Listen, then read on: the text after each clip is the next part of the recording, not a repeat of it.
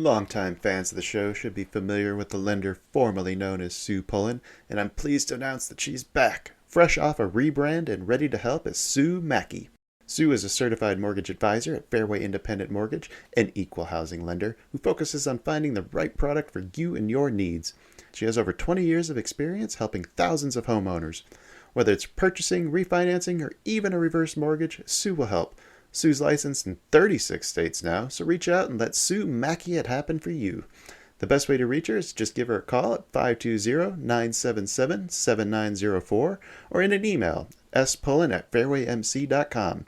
Fairway Independent Mortgage has an MLS number of 2289. Sue Mackey has an MLS number of 206048. That email again, spullen@fairwaymc.com, and that phone number is 520-977-7904. Shoot Sue an email and let her know she needs to update that address. You are listening to an entertainment program put together by a company called Financial Ineptitude. Anything said on this show is not an endorsement or professional advice. Would you really want to tell a court of law you were suing us because you thought taking financial advice from two idiots on a podcast put out by Financial Ineptitude was a good idea? Really? Clown hat smiley face. Hello and welcome to the China Shop, everyone. Get your asses inside. It's a wonderful, beautiful day. I'm Shopkeeper Dan. With me, as always, is Kyle, the creator of FinancialIneptitude.com. Kyle, how's your day going? It's going pretty good. We got to celebrate the wife's birthday yesterday. Took her out to get some fajitas.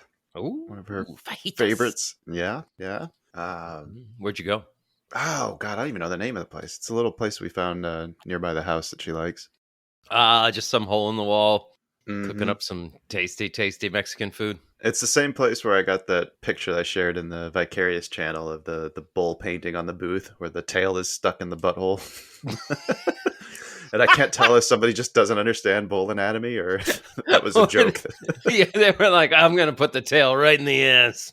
I mean, see if anybody notices. It looks like it's shitting a tail. Oh, good Lord. To see if I can dig that pick up, stick in the episode description. Well, I know I'm ready for a show now. Come on to the shop with us today, folks. Sit back, relax, hedge against that rage machine. We'd like to welcome any new listeners just joining us. We're here smashing our way through a complete set of fine china, sharing those ever-growing strategies for trying to maximize gains and cut losses. If you are new to the shop and stock trading in general, you can always check out our knowledge and resource centers on financialineptitude.com, or you can give one of our many beginner trading episodes a listen. We'll have all those links in the episode description. But the best place to be, come on over to our Discord server. We're on there every day. It's an amazing, awesome place to be, full of great people, wonderful people. And Kyle, you know what the best part is? M-Period Challenge on Fridays? Okay, yeah. Well, that's really fun too. But yeah, I think that's. I meant that it's free and you don't have to pay to access any special areas or even pay to participate in that M-Period Futures Trading Challenge that we got going on. I thought we fixed that glitch. Did we fix? Was that a glich? I don't know. I'll dig into it this weekend, but it'll still be there for sure for this weekend. Are people paying us money? What's happening? I don't know. I have to double check that. Were we supposed to do that? Anyway, when you do join that, I think so. Currently free server, please send us a message with your mailing address so we can send you some smash it yourself swag straight from the China Shop. Shop. We're just really glad you're all here. It's a lot of fun. Always better with friends. And speaking of friends, Kyle, we got any visitors to the China Shop of note? Well, first of all, I'd like to just take a quick moment to send Robert a shout out for being our first back-to-back winner of the M-Period Challenge. Oh, shit. Yeah, I was unable to make it this past Friday. Robert won again, huh? Oh, he crushed it too. I thought Joel had a shot to take it, but Robert's strategy of going immediately a full port, long, open, or short right at the start of M-Period has been paying dividends. I think we might have to rethink the rules of the winner picks the rules for next week. That might be a bit of an advantage to the person who just placed first. Wow. Just like capitalism. I know, right? You won. Now you get to call the shots. Yeah. Write the history. All right. So show news. Friends coming by the shop. Oh, and part of that too, I want to send a special thank you to Vonta Trading and Tradelo for providing the weekly and monthly prizes for that challenge. It's really given us a whole nother Whole nother I guess. level.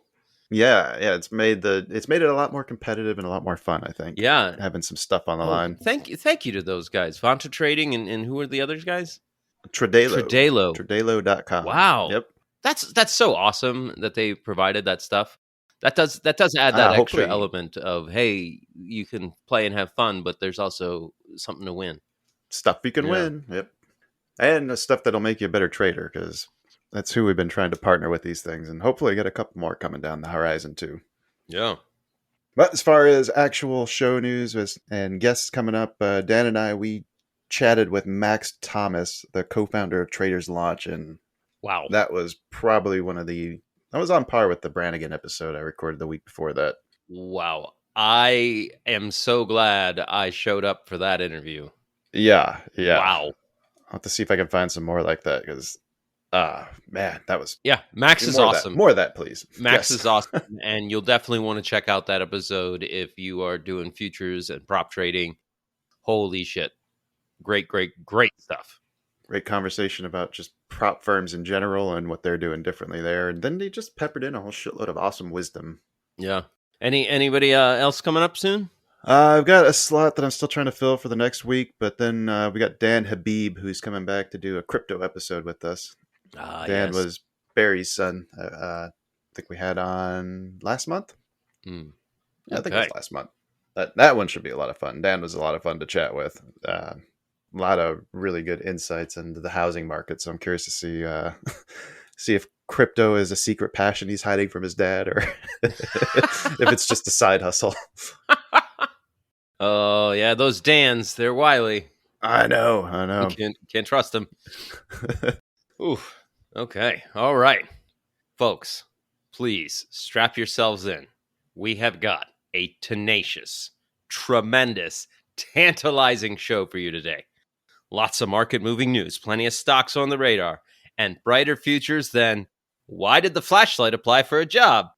Because it wanted a bright future, but it just kept getting turned off. Did you use ChatGPT to write jokes today?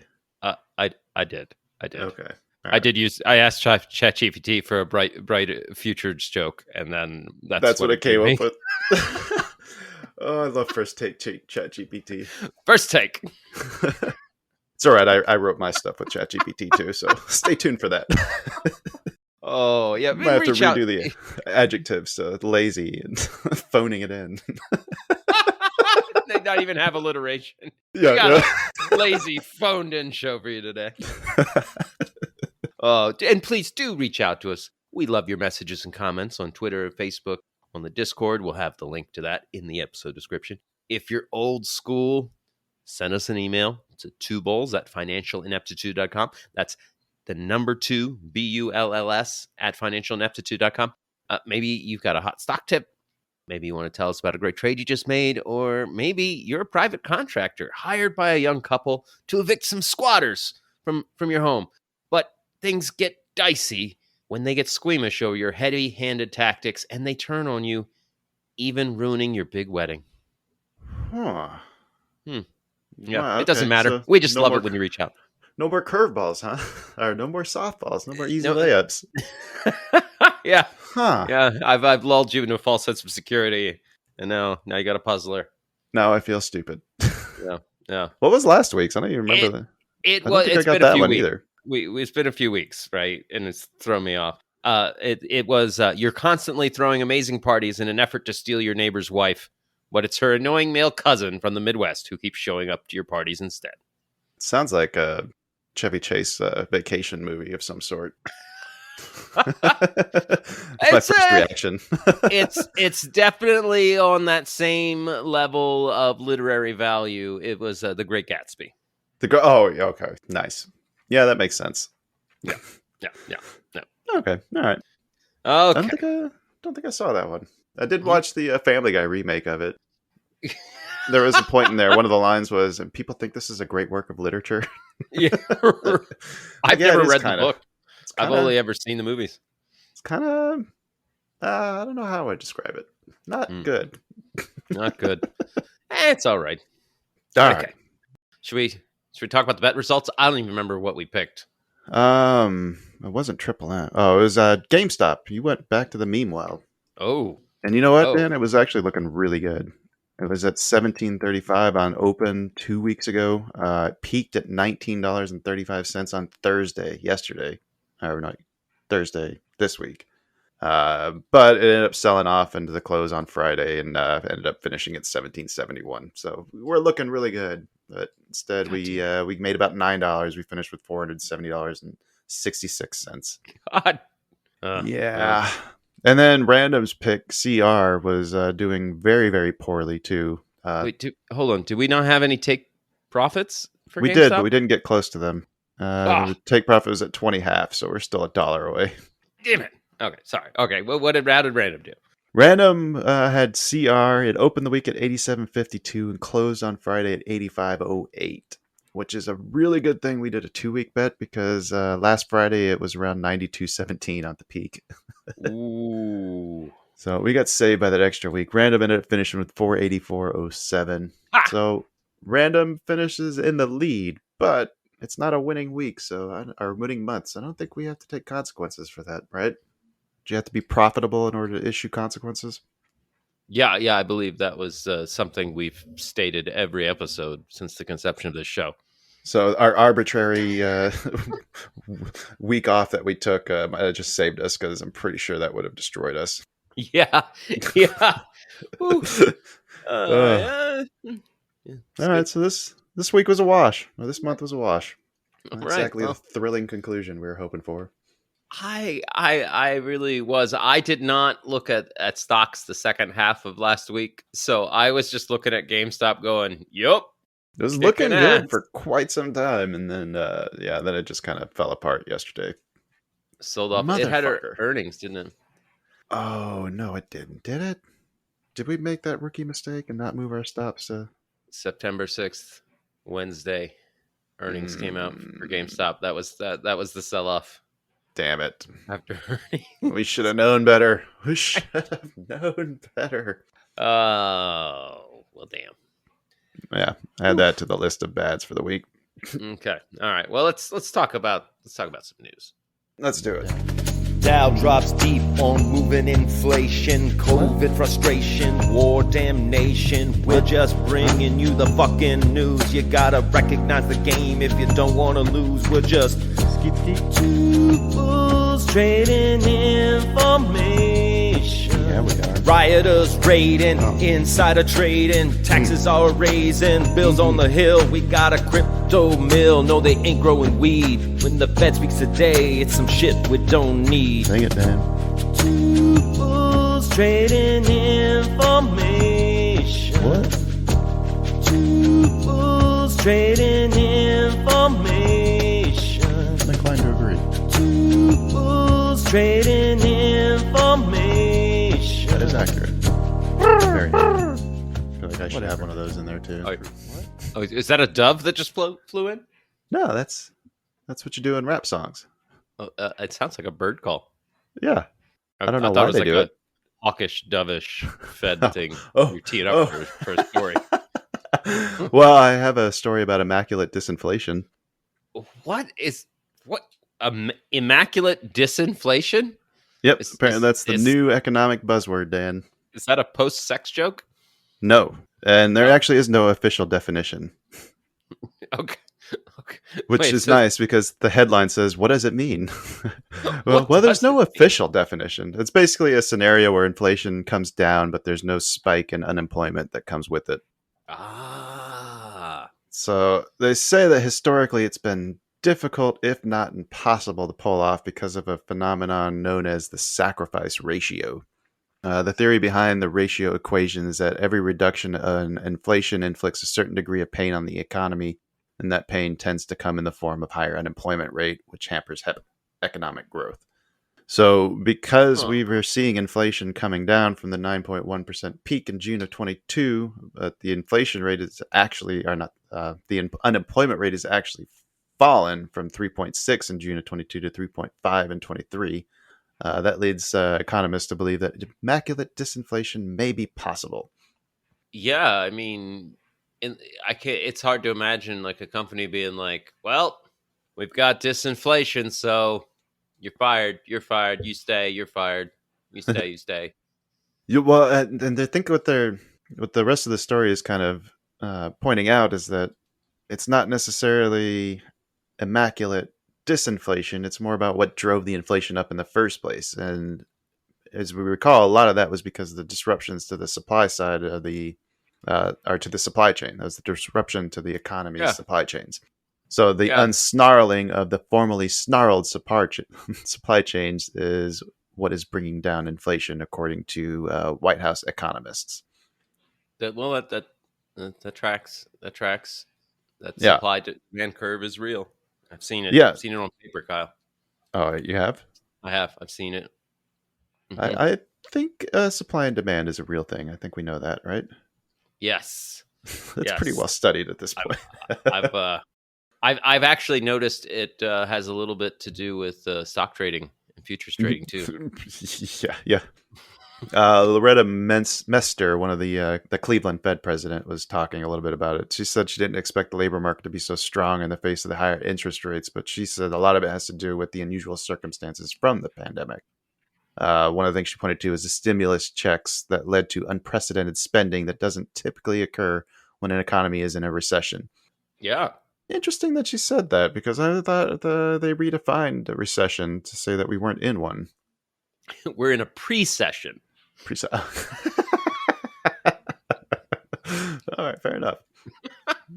But anyway, yeah. So that's interesting. She, like Powell, is not banking on immaculate disinflation. They don't yet know how the full effects of the cumulative rate hikes will play out.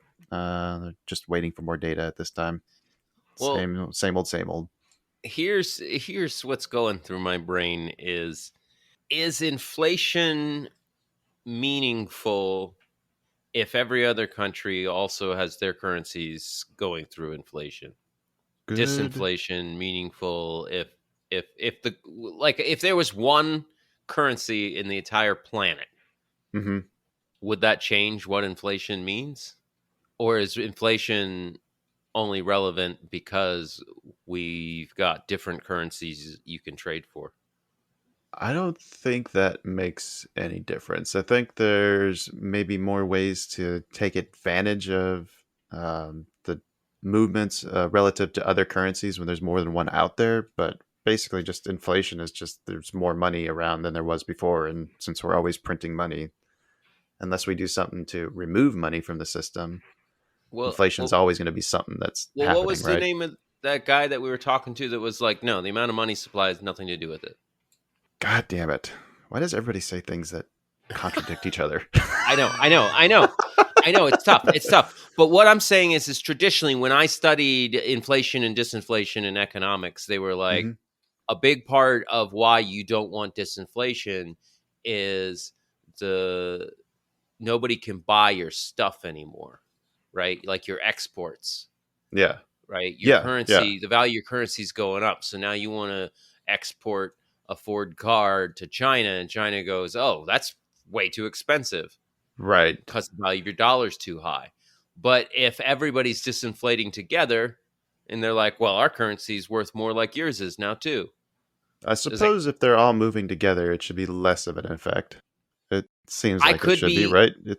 that's how it seems to me. But I could be way off base on this. Anybody out there listening knows better than me, which I'm sure Well, I know many for a of you fact do. that when the dollar is weaker, like we get a lot more exports for like steel and stuff like that. When I used to work in the steel industry, like Right, we start right, seeing a lot more overseas because of the dollar. People purchasing from foreign countries get more purchasing power on the weaker effects of the dollar.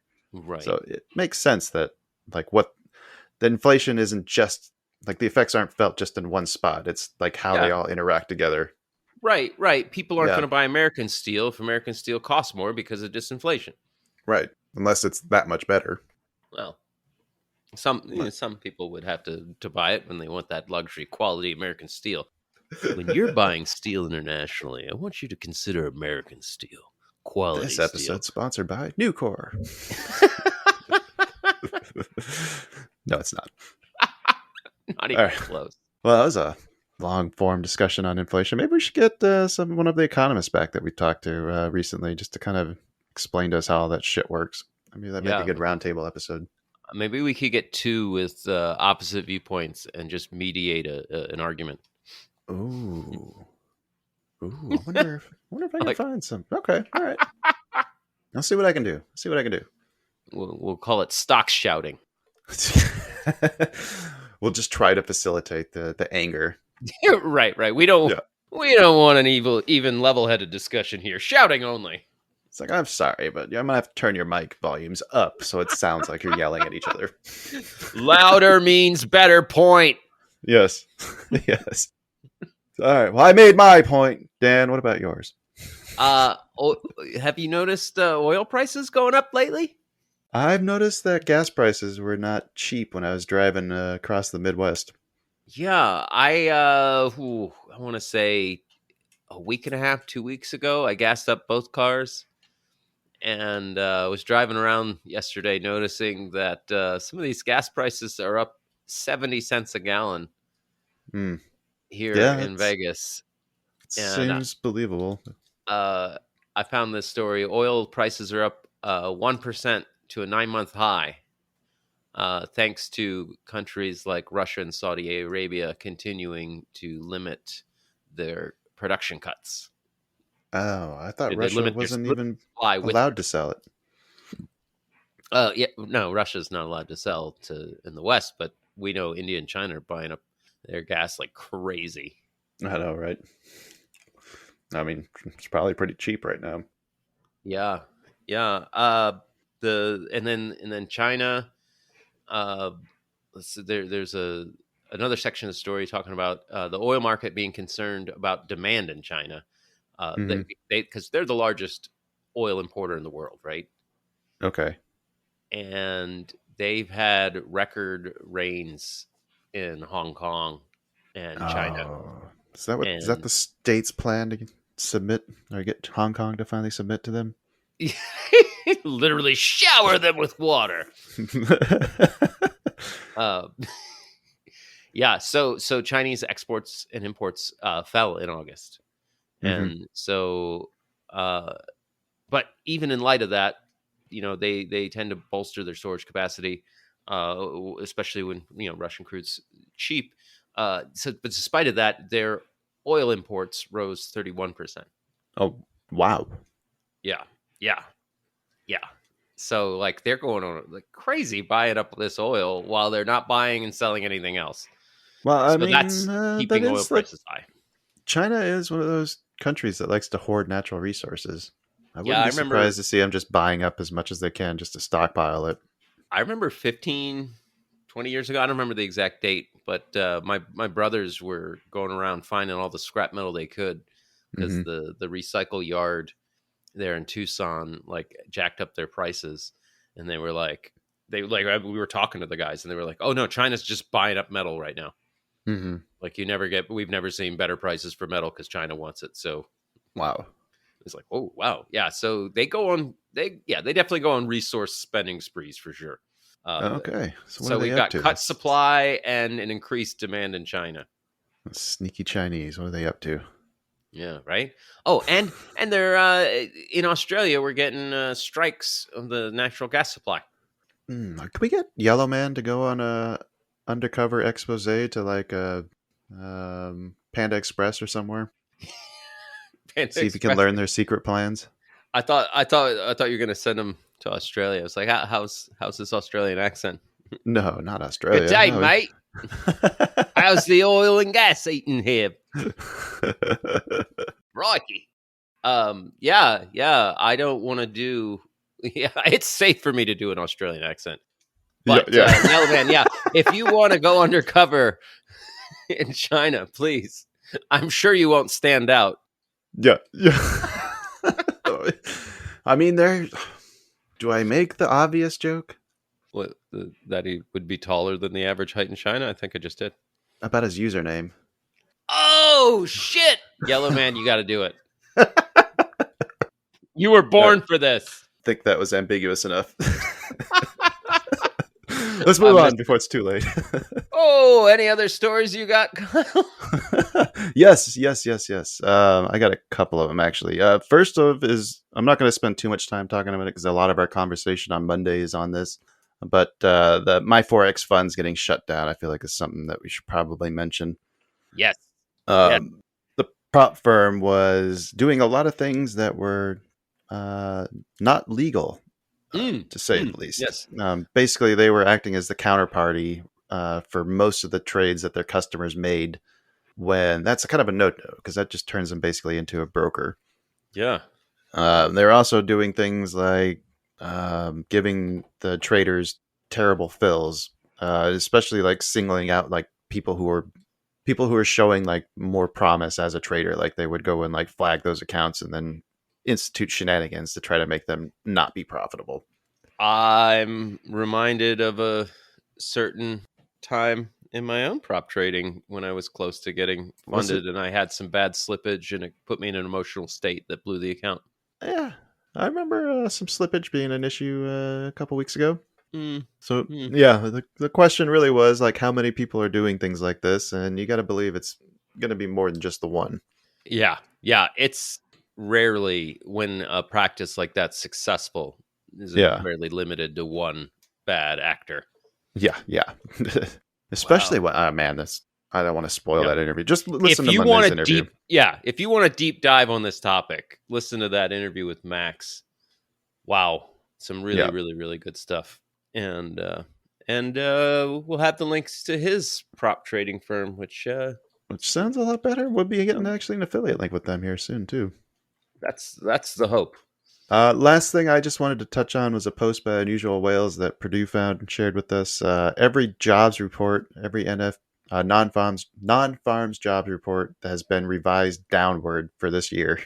Like after the fact? Yeah, like the original report for January is 517,000, then the revised report was 472,000. Every single one of them has been revised downward by a minimum of 8%, some as high as almost 50%. Wow. That's shenanigans. It seems a little strange that every single one for this year has gone downward. Who is making these estimates? Because there's something wrong with their methodology. The guy who wrote the original report, Peter Tarr, he said that revisions are very normal, but large revisions are less common, and consecutive revisions in a single direction are less so the longer the run. Yeah. That's why I'm saying shenanigans. If it's just error, you would expect it to be the other way every now and then, right? Right.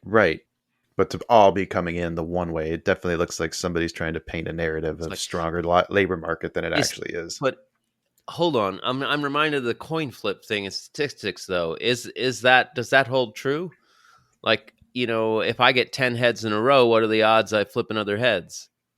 Oh, no. That's not that. It's that the odds of getting 12 in a row is going to be substantially more than getting 10 in a row. It doesn't mean that once you've hit 10 in a row, it's more likely or less likely that you're going to have the next. Like each outcome is independent of the previous one. That's what I'm saying. Taken as a whole, you can look at the whole and say, like, look, getting 10 of these readings revised downward in a row is not likely. Right. But we can say the next one. Okay, the next one will be independent of the previous, but it's 100% likely they're not going to get it spot on. They're always revised. Yeah, I think that's fair to say. Because it's usually preliminary data, too, that's coming in, right? Yeah. Wow. But when they all are coming in over the actual revisions, then that starts to make you wonder, like, are they trying to push a narrative here? Mm-hmm. I am very much wondering that. I mean, well, there's an election cycle coming up soon. Having a strong jobs market probably be good for whoever's running. Is Biden tweeting that the Fed Reserve needs to reverse all of their policy right now? No, he's not. Oh, okay. Yeah. Anyway. All right. You got anything else? I did have a story that Robert shared on the Discord that I wanted to touch on really fast. I found it very fascinating, and it made me start thinking about my own self. Apparently, and this is a really old story, so this isn't new news, but it was new to me news, so I wanted to talk about it. The headline is "Testosterone Levels Predict City Traders' Profitability." Is that city like the bank city, or is that just people who live in a city? The City of London. This was done by the University of Cambridge. Okay, so if you're in like Oxford, then you're probably okay, or out in the countryside. This is Yeah. only London. Okay. They actually took a big group of traders and started testing their testosterone levels, Uh-huh. and then compared that to their P&L, and they found that when traders had high morning testosterone levels, they made more than average profits for the rest of the day. Wow, really? Yeah. Wow. The hypothesis they came up with is that testosterone increases confidence and appetite for risk.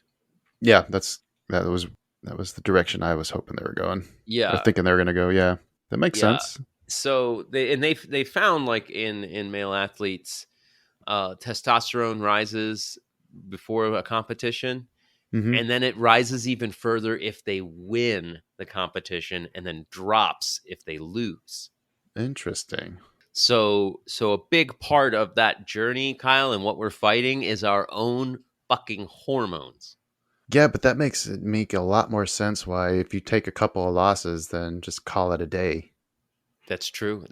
And That makes a scale lot more down sense. if you keep getting Yeah. wins, because it's the positive feedback loop they call the winner effect. Yep. Yeah, it increases that confidence and risk taking higher and higher until you lose the ability to assess risk rationally. I mean, I think we've all experienced that. Like, That's what I'm winner, saying, like, hit I've another been there. winner. Okay, bet the farm. Like, I'm a god. I can't lose. Yeah. Wow. Yeah. So I don't know. I think carrying with me the thought, and it might be one of the things I taped to my desk, is like, hormones are real.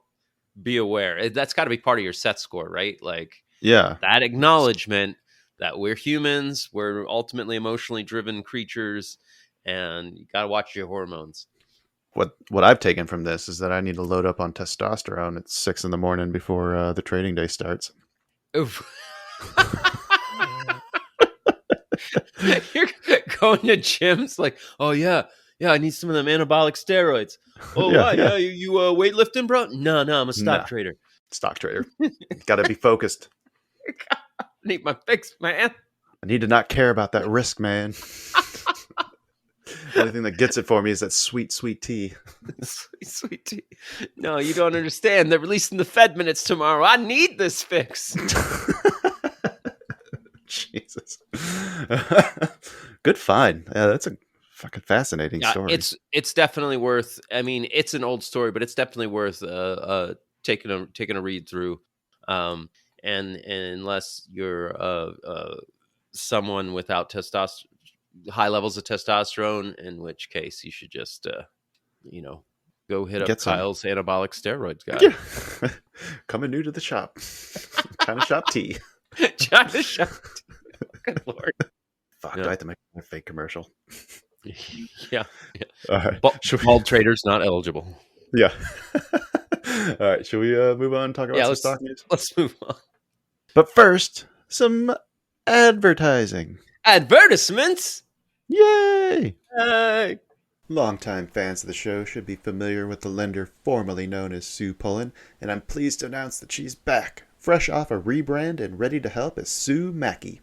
Sue is a certified mortgage advisor at Fairway Independent Mortgage, an equal housing lender who focuses on finding the right product for you and your needs. She has over 20 years of experience helping thousands of homeowners. Whether it's purchasing, refinancing, or even a reverse mortgage, Sue will help. Sue's licensed in 36 states now, so reach out and let Sue Mackey it happen for you. The best way to reach her is to just give her a call at 520-977-7904 or in an email, spullen@fairwaymc.com.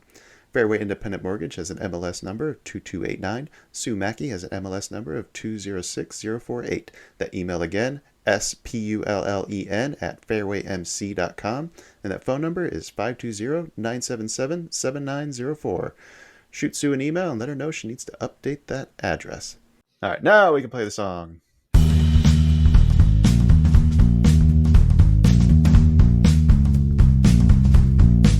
Stock time! Now it's talk about stocks time. Looking Successful setups, it's still not advice. Big moves, fresh news, and earnings. All that we're saying, it's still not advice. Stop time. Please don't sue us. What do you want to start with? I got a couple good stories here. I have 2 stories. I don't know if they're good yet. Do you want to talk about Walmart or the Ford GM UAW? Walmart? Okay, that's what I thought. Walmart has got a new plan to fix their customer service. Oh boy. Let's And hear you know it. what that plan is? More robots. No, cutting the pay of their workers. Brilliant. Yeah. I mean, that's basically the too long didn't read synopsis of the story. So basically, if I go in and I have a complaint and the person just scoffs and walk away, I could be like, well, they're only getting paid $2, so I Is get that it. how that works? No, they changed their pay structure because they want to allow workers to move between work groups such as food, register, stocking, or digital fulfillment without any pay impacts. According to the document, this allows for better staffing throughout the store. Over 50,000 workers received raises because their pay is below the new minimums, the company said in the documents. But I don't know how this is supposed to... I'm all for that plan, Kyle, if they also include management and corporate workers all the way up to the CEO. Well, everybody makes the same pharmacists. wage, and then you can move around freely without worrying about those pesky wage increases. Sounds like communism. Walmartism. Yeah, but they're not including management. They're not including corporate people. That's literally, to me, I'm hearing them say, you are all peons. If we pay you the same, then we can shuffle you around as we see fit, as we need to fill our schedule. That's exactly it. And we don't have to worry about paying you extra because you're doing a job that typically gets more money. That would this is a harder, more skilled job. Well, we'd pay you more, but then we can't shift you back to the less skilled job when we're done with you. I'm trying to see how they think this is going to make their customer service better. But somehow they think that is going to be the case. Well, yeah. The person that you're talking to will have worked in every department, so they'll have that much more knowledge and skill base, but not the pay to reflect having acquired that knowledge and skill base. Also, back in August, apparently they asked about 16,000 pharmacists across the U.S. to voluntarily take pay cuts by reducing their working hours in a bid to lower costs. Wow. The cuts were aimed at pharmacists in higher wage brackets, highlight the new pressures at the pharmacies. I guess a bunch of people lined up to buy weight loss drugs, and that has cooled off recently. But they say that they're reducing the amount of hours it offers some pharmacists due to cooling demand for drugs and requests from pharmacists for better work-life balance. Oh, the pharmacists voluntarily said, can you stop scheduling us so many hours? I mean, if that's the case, then yeah, but I wouldn't call reduction in hours a pay cut.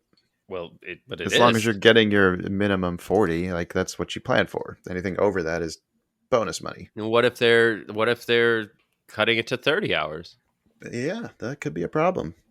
No, I've experienced that in the hotels. Oh yeah. With, housekeepers and front desk people and then breakfast people, and then we had a breakfast lady that came in just to do the breakfast, and then the boss was like, "Hey, we're shortening breakfast by an hour," and all of a sudden she's like, "Hey, I gotta go find a new job." Yeah, and we lost a really experienced breakfast lady, and then 3 months later, when busy season hit, they extended breakfast again, and she wasn't there. Yeah. Damn. Well, everyone thinks people are interchangeable, but wait until ChatGPT can drive a forklift. Well, it sure can't write a joke yet, so got a ways to go. What do you got for stock news? I don't know if you were aware of it, Kyle, but Square, the company that powers Cash App, they went down. I didn't know they do that. Oh, yeah, Square does Cash App. Yeah. Okay. Along with all the other crazy pseudo banking that Square does. Pseudo banking. It is pseudo banking because they act like a bank, but they are not a bank. Kind of like Venmo. Yeah, exactly. Kind of like Venmo.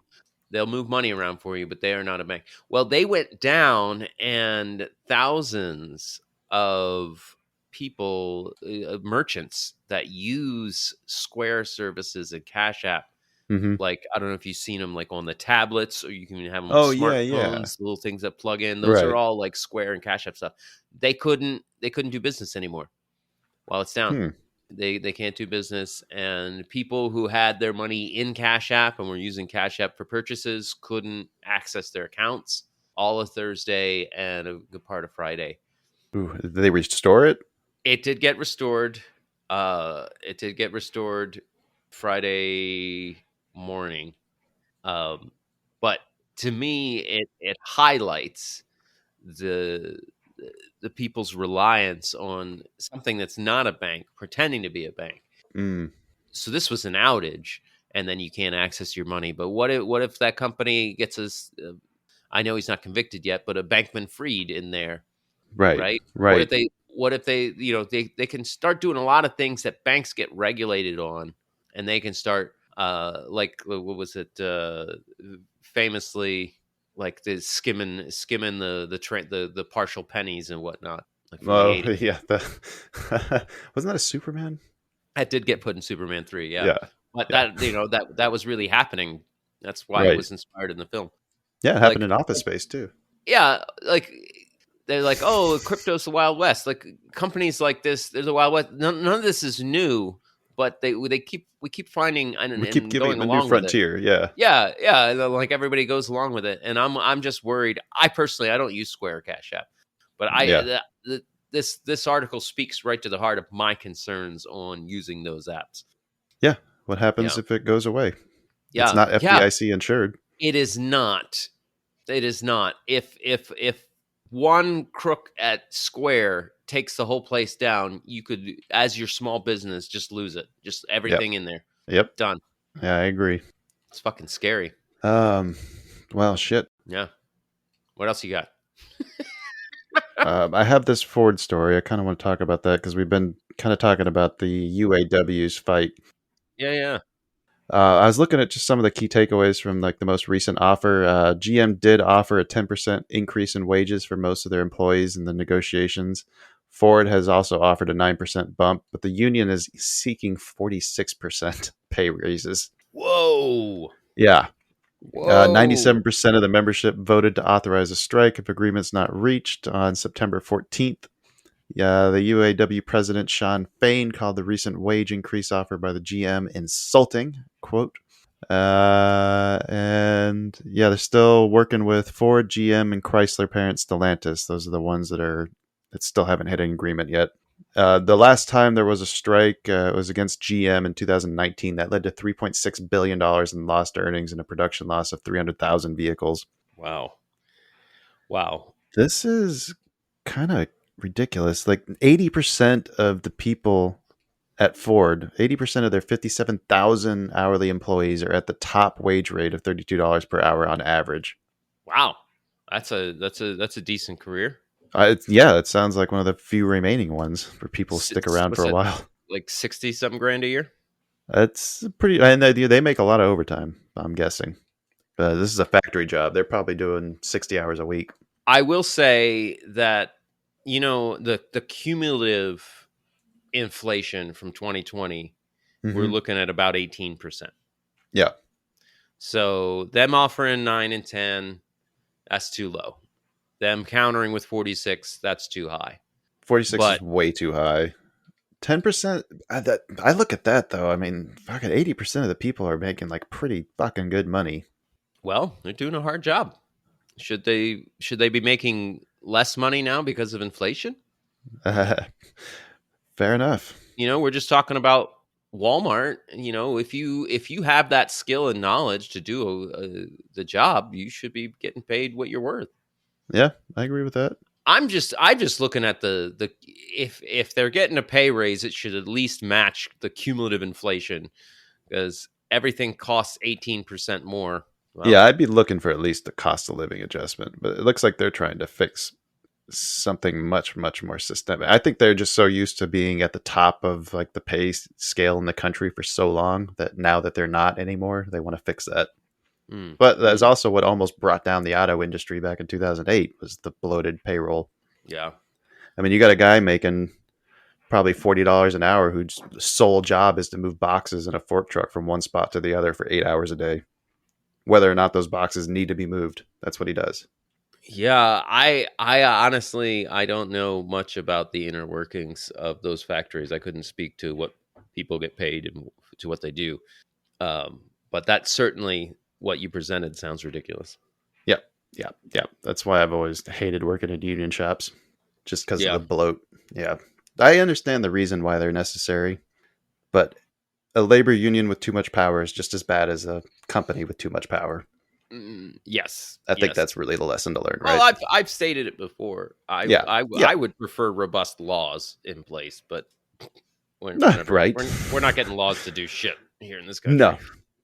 Diversion. We're running long anyway. Yeah. Anything else for stock news? Yep. Real quick, Disney is having a fight with Spectrum Cable. Okay. So millions of people across the country on Spectrum Cable subscriptions lost access to ESPN, FX, and all of other Disney programming. Oh man, ESPN and FX are like two of the only things worth watching these days. Actually, even ESPN has kind of gone downhill though. Yeah, I don't know. I'm not a sports guy. Unless I'm like gambling on them, then I'll like. Well, they crack stopped them a being bit. like sports. Like it used to be, you turn on ESPN and you're just watching the highlights. You don't want to watch sports shouting, Yeah, no, where they just yell at each other about Yes, about somebody's why contract, you're stupid. Yeah, somebody's injury, yeah. Show me the play. who's a dumb manager. Yeah, it's a breakdown in Spectrum saying we don't want to pay what you're charging for these channels. That's not the first time we've seen people try to fight that. And I'm wondering, this is tinfoil hat Dan, is Disney doing this to be like, hey, we're sorry we're not on cable anymore. That's not on us though, but go ahead and sign up for our subscription service and just skip cable and come straight to us. Maybe there's some of that. I know that back in the day, or like 10, 20 years ago, part of the problem with like getting the deals for ESPN meant you had to take a whole shitload of other crappy channels that you had to purchase and put into your bundles. Right. You want you want to buy that sandwich you want? Well, it only comes in the combo with the bucket of shit you don't want and the Exactly. drink you would never drink in your life. Yeah, exactly. The thing that made me really laugh about this story, though, was the fact that the cable company has launched a website called DisneyESPNFairDeal.com and about the disagreement. And on the site, they call the price increase excessive, encouraging all subscribers to call Disney and get them to come to a deal. Yeah, good luck with that. Not to be left out, Disney launched a website called KeepMyNetworks.com where they say they've got a highly successful track record of negotiations and they're committed to reaching fair market-based rates and terms and to call the cable company Tell them to stop being unreasonable. and tell them to stop being unreasonable. Put Disney back on. Oh, okay. All right. Well, I'm going to start a website, Kyle. I'm going to call it randomeatadick.com, and I'm going to encourage people to write in and tell Random to eat a dick. All right, I'm going to encourage people to sell whatever Random chooses. You're right. Sellrandom.com. All right. Oh, God, we should move on. Huh? Okay. All right, let's do some crypto and let's All get right. this thing wrapped up. I got some crypto in my wallet, hanging out on my Ethereum blockchain. Yeah, I got some crypto in my wallet, some Doji, Sushi, Polkadot, NFT, decentralized, anonymized, fabulous cryptocurrency. a Coinbase story that looked interesting to me. They're launching a lending program for institutional investors through its Prime service, which was detailed in a recent filing. Clients have already deposited $57 million on its platform, and through that program, the institutions can lend digital assets to the company under standardized terms. They previously offered lending services to institutional clients. This looks to be more like a formal shift by the company to offer standardized services akin to a prime brokerage in traditional finance. Crazy. Yeah, and this happening after a bunch of people basically got kicked out of that sector. It says in the article here, Coinbase is expanding into what was once a hot corner of the crypto space, and one that is now a vacuum of competition after the turmoil has rocked the digital asset markets over the past year, with Genesis, BlockFi, Celsius all filing for bankruptcy. So it's just like, okay, the field's open now. I can step over these corpses and get where we're going. What's interesting about it is it's only institutional investors, and I think they might be doing that strategically. Basically, that means I think they're basically sticking to accredited investors, is what that means. So people who have high net worths and are eligible to more risky products, but that typically tend to outperform things that we're allowed to invest in. Okay, so is this like the staking, but they're only letting institutionals do it? Kind of like that. Like you can choose between crypto assets for like whatever you get back. I think it was a choice between a stable coin and something else. It might have been Bitcoin. Yeah, they can get Bitcoin or the dollar pegged USDC stable coin for their collateral. Okay. And then in turn, Coinbase can offer secured loans to their institutional clients. Interesting. The real question is whether this is going to be good for the stock or not. Whoever wrote this article does not believe that to be the case. Says, with the growing regulatory risks, even a new prime brokerage service doesn't change the case for caution, especially on a stock that's already gone up 120% this year. Wow, Coinbase is up that high this year, huh? Yeah, but it also fell quite a bit too. You fall 500%. That's less impressive. Oh, yeah. I'm not looking at their chart. Maybe I should pull it up. Well, I do know that the Federal Reserve Board Vice Chair Michael Barr has come out and said that they don't currently have any plans for the digital dollar. What?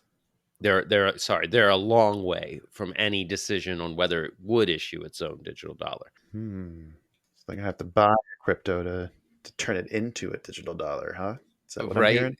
Well, I'm wondering if this has anything to do with the timing of them being like, okay, look, the Fed, they're nowhere close. Let's step in. Let's get some institutional investors to start staking before the digital dollar shows up. Maybe, or they just cleared out the path for for the chosen few to be able to get in there and do suck up all the leftovers. You're right. That's all I really had for crypto. My crypto story is part crypto, part general economy. Oh yeah. You know, they're having a real tough time in Texas with their energy grid. Oh yeah. Yeah, Texas paid Bitcoin miner Riot $31.7 million to stop mining Bitcoin during the heat wave in August. That's good for them. Yeah. Probably really good for them. Yeah, their unique power strategy is what they called it. And I gotta say, this is bonkers. Sounds like some like mafia shit. Yes. Don't want us to suck up all your power. You got to give us a little something in return. Be a shame if somebody set up a factory of computers doing busy work using all your energy when you want to use it for air conditioning. Now, to make it particularly egregious, Kyle, in Texas, they've been asking people to voluntarily turn their heat up during peak power usage. Wait, turn their heat up? Sorry, well, turn their AC, turn the temp in their house up. Okay, turn their AC off. They're not telling them to kick their heaters on, though, in the middle of the heat. You start heating this house right now. No, they're saying there's so much strain on the grid Hey, can everybody pitch in and shut your AC off for a couple hours? Are they giving energy credits to all those people though? No. Mm-hmm. Now there is a program I believe in Texas similar to one in Nevada that I'm trying to get them to come out to my house and do, where they come and they install a Wi-Fi smart thermostat, Yeah. and they give you credit on your bill if you just let them do that remotely, Oh, okay. right? That'd be Uh, annoying. well, you know what? The house we just got out of was a rental, and it had it. Yeah. It had that program, and I never noticed. Really? I mean, I would notice when I walk by, and I was like, "Who turned the heat up?" And like, and Jamie Lynn's at work, so I know it's not her. I'm the only Right. one here, and I'm like, "That's really weird." And I honestly, I thought it was it's like the people whoever had the Wi-Fi access to the thing. Oh, 'Cause it yeah. wasn't We're me. just fucking with your house. Yeah. Yeah, I was like, man, they gotta stop fucking with me, and I like turn it down, and then I'd forget about it. But most of the time, I wasn't walking by that thermostat and paying attention, so had to have been many, many, many days. So I don't know, especially in a more energy efficient home, that part of it is fine. I'm just saying, why aren't they? Why does Riot get to benefit just because they use the most power? Right. That's what I want to know. Like that seems really fucked up. Yeah. I would. The only argument I can make is that they employ people probably, and Oh, they got what, 10 employees Yeah. in that warehouse keeping the thing Right. running? Come on now. I didn't say it was a good argument. I said that's probably the only argument I can make. Is that it affects more than just them if they have to curtail their operations. Well, and honestly, to me, there's also a moral and ethical argument in the amount of power it needs to cool and take care of people for their health. Mm-hmm. And the amount of like we're talking a power grid in which shit is really unstable, and they've had it just go down. They've Right. had their blackouts, and I'm thinking about hospitals, and I'm thinking about like care homes, and to have some company, it's like when Nestle keeps and Pepsi, they just keep bottling water in a drought in California. Right. It's like, hold on. There's a drought. We all need this water, and what? Because they're the ones using the most, they get to continue. Especially for something as stupid as bottled water. Oh my god. Yeah. Exactly. All right. Well, Hold on, Kyle. Let me tie my shoe. Hold on. I like to bend down at the waist so my ass sticks up in the air really high. Here we go. Is that nice target like a baboon? Yeah. Where's the button? There it is. Ah! My giant bright red ass. Right in the bullseye. Bullseye. Shot you right in the tail. Yeah. Yeah. Okay, I'll go first. My good was I realized that I had no capital and because of my moving, and I stopped trading, and I just been focusing on moving, but the amount of stress of my life plummeted when I did that, by the way. Oh, that's fucking great. Yeah, it's so hard to make that choice too. Like you fucking messaged me that I think I need to stop trading until I get You this stop move done. trading. I'm like, yeah, that's a great idea. There's got to be a lot of stress. Yeah, it was a blowout day. Well, not blowout day. Was it a blowout day? I don't remember. I don't think you had a blowout day. I think we just had some struggles. It was emotionally, it was a blow up day. Yeah. Emotionally, like I was emoting very strongly that day, and then I realized, like, if I'm feeling this strongly, like, holy shit, I need to stop. I feel like maybe I should probably put that down as my good too. Is like going into my trip and then coming back from it, I was a lot quicker to take time off, and normally I'd be trying to like cram in as much trading as I can before that, and after that just jump back in like you haven't missed a beat. And Yeah. no, you can't do that. You got to get back into the routines and everything else. What I did end up putting down is that it feels like more things have been clicking the past couple of weeks. Mm-hmm. And it's becoming more and more clear like how I should be trading. And now really it just comes down to whether or not I can make the choice to follow through on those things. Yeah. Like if I can give some examples, one Well, I'll give the example of my bad. I noticed I've been starting a lot of days in the red. It's becoming a noticeable trend, like take 2 quick losses. So some of the things that I'm considering to cut into that, like no more trading in the open. Maybe I just say, you know what, I'm going to skip the first 10 minutes. I'm not going to look for that initial fight and picking a winning side. I'm going to let the higher time frames show me the setups first and then drill down into the 5 minutes to get the entries or something along those lines. Yeah, if you're taking more losses in that opening bit, yeah, you at the very Yeah. least skip that bit. Especially if it's going to peck my testosterone. Yeah. Yeah. Oh, did you have any bads or uglies for the week? I don't know. I don't know if this was bad or ugly. I feel like I messed up my Disney trade with my $85 put. Oh, Because I did unload that this week, mm-hmm. and I bought it mid-August, and Okay. it spent like a week dicking around and losing theta, and so I was underwater on it, and then Disney finally did drop, and then they came back up, and I just kept holding it, and then when they dropped and it got in the money, and I got about 10% gain, I sold it, Mm-hmm. and it at one Kept going. point it kept going, and at one point it would have been over 100%. I only had one, and I know it's the hardest, but I feel like it was bad. I was actually talking to Jamie Lynn about it. The reason I feel like it was bad is I think I sold it out of fear. Yes, that's what it sounds like. Because you were underwater. I was underwater so long. The moment I saw a little bit of profit, I was like, "Dan, get out." Yeah. And my premise played out. It dipped below 80, and I had $85 puts. Right. Ugh. Yeah, those are tough, I guess, because you can't take 50% risk on the trade and only close it out for a 10% win. Like that math is not going to add up. That's what I did when I could have closed it out for 100%. Yeah, I think with those you just have to like let your take profits and stops do their job, right? They need to do their job, right? And so that would be my bad. I haven't been trading futures, but I did have that options contract that I did unload, and even though I didn't lose money on it, I'm considering it a bad because, like you said, like I didn't follow Yeah. a proper risk reward, and I took so much risk to take it off for so little profit. So, Right. Yep. No, I think we've all been there too. Good job recognizing it. yeah, thank you. What about ugly? I didn't do enough to get anything ugly. Well, I'm gonna call my Thursday trading ugly.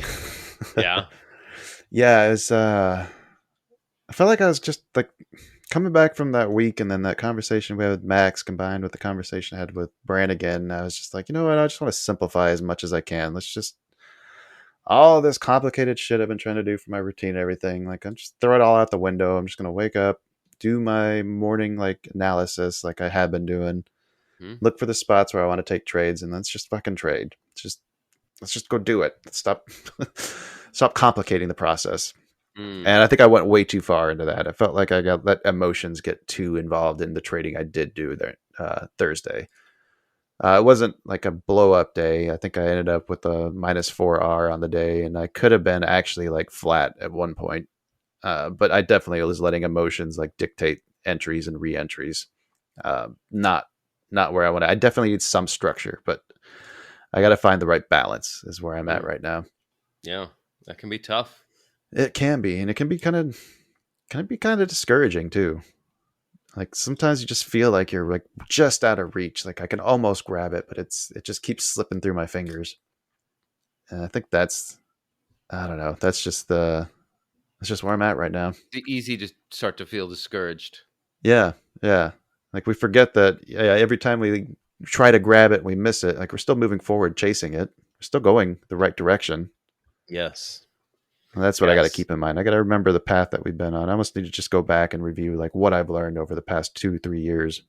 Really put it into perspective too. I, and I would have thought we'd be there together after talking to Max. Mm-hmm. I feel a lot better about some of my blowups and oh yeah, some of my bad trading. Yeah, I feel like if feels like we've been purposefully manipulated Mhm. our emotions. Yeah. And yeah, it feels a little less shameful to allow that to happen to yourself when you know that someone's deliberately trying to do it, but still kind of brings up some anger too. A lot of anger for me. Yeah. Fuck you, don't manipulate my emotions, you assholes. It's hard enough without that. That's why I stopped using Facebook. Yeah. Yeah. All those stories came out about how they were, and they're not the only ones. They all do it. Oh no, they all You do know, it. they tailor that feed to emotionally manipulate you to keep you scrolling. Yep. And Yep. well, and it's all anger and cute puppies and kittens. A and majority of babies. that anger is coming from troll farms in Russia and North Korea. And some China. Yeah, they're all in on it.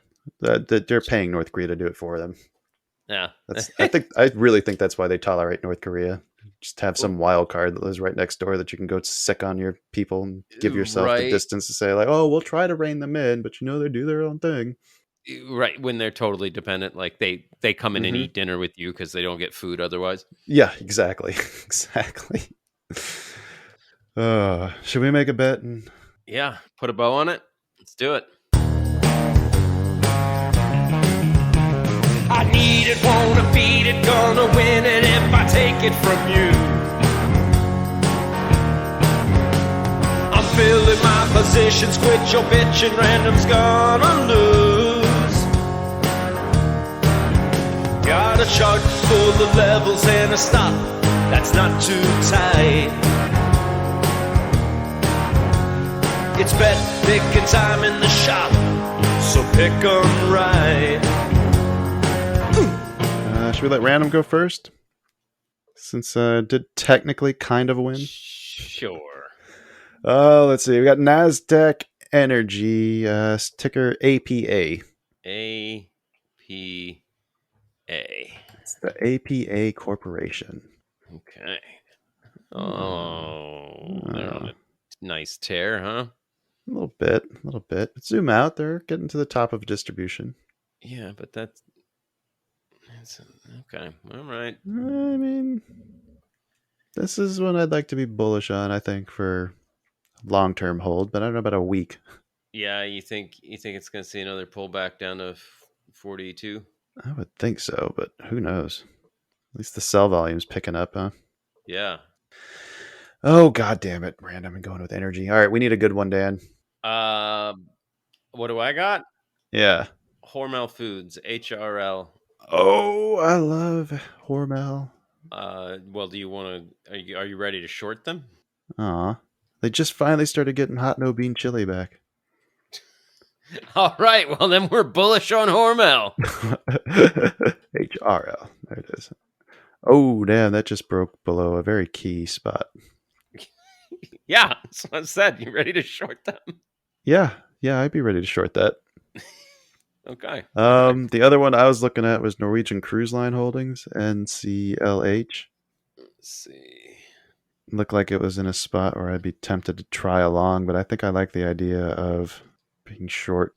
Oh, yeah. Norwegian Cruise Lines is a great spot to go long. There was one other one that I marked off for us to look at.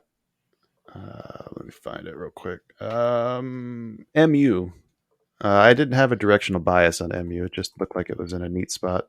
Hold on, I might buy some calls on Monday for NCLH. I gotta write a note for myself. Well, if we're gonna both do that, then we should probably just go along that one. We don't diversify, Kyle. Diversify. No, I like all my eggs one basket. Yes, please. Easier to protect one basket than 20. That's right. They never tell you that. Right. Oh, you don't have a directional bias for MU? I would think I want to be long, but it's rotating at the top of a distribution area where I think that mean reversion back down lower is probably the more likely idea. Also, they broke that high in May. They did not break that high in July, and in September they didn't even tie that lower high. So we are seeing lower highs, Kyle. We're also seeing higher lows. Okay, all right, fair enough. It's kind of more like an ascending triangle than anything. It is semiconductors too. Mm-hmm. I would. That's a tough call. Oh man, what was the other one you said? Hormel? Hormel. Oh, question is, do you want to be long or short? I think that's what this really boils down to. We'll look at the Greed Fear Index. Okay, what does that look like? All right. CNN.com, Greed Fear Index. Is it right in the middle? Neutral at 51. Okay, all right. Flip the coin. 1 month ago, greed. 1 week ago, greed. So it looks like we're going from greed to fear. Okay, so better to go for the short one. Hormel. Yeah, I think so. Okay, tell me the parameters. We want to go short at the high and buy it back at the low. Oh, can we specify that? I don't think we've tried that yet. I tell my broker that all the time. HRL. You want to do half entry or all? I want to do half at open, and then I want to add the rest at 38. Perfect. I'm just eyeing that spot. Stop and take profit. I think the stop is at 40 and a quarter. Okay. And take profit 1 is at 35. Okay. Take profit 2 is at 33 half. All right, I think we got a show. Fuck yeah, man. We did it. Fucking A. We did it. And we only went 10 minutes longer than I thought we would. Right. All right, Dan, take us home. Folks, thank you so much for making it to the end with us. We're so very glad you did. We hope you had a good time, had a few laughs, learned a few things. We will be coming back at you soon to find out the thrilling results of Hormel versus APA Corporation. Short versus long, going all in. Woo! You don't have to go home, but you can't stay here. Yeah, and ChatGPT has something to say for those of you who've listened. Oh, did ChatGPT write your Write my your little joke too? yeah, he did. All right, Just as well as yours. Okay, let's. Hey there, folks. If you've enjoyed this podcast episode, we've got a little challenge for you. Imagine you're in a virtual pie eating contest, and instead of pie, you're devouring this episode. We need your help to win the Share-a-thon Championship. So grab your digital forks and share this episode like it's the last slice of pie on earth. Let's see if we can break the internet with laughter and insights. Ready, set, share. Wow. I actually think that's the best one you've ever done. Are you serious? Cue the music. Fuck you.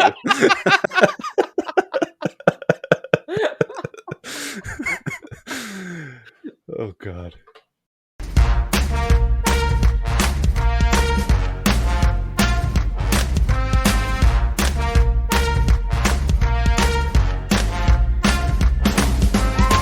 Two Bulls in a China Shop is an entertainment program, and all thoughts and opinions expressed in the show belong to the hosts and not of any company. They are not intended to provide specific advice or recommendations for any individual or on any specific security or investment product. It is only intended to provide entertainment about stocks in the financial industry of trading. If you make trades based on what you hear in this show, you assume all risks for those trades.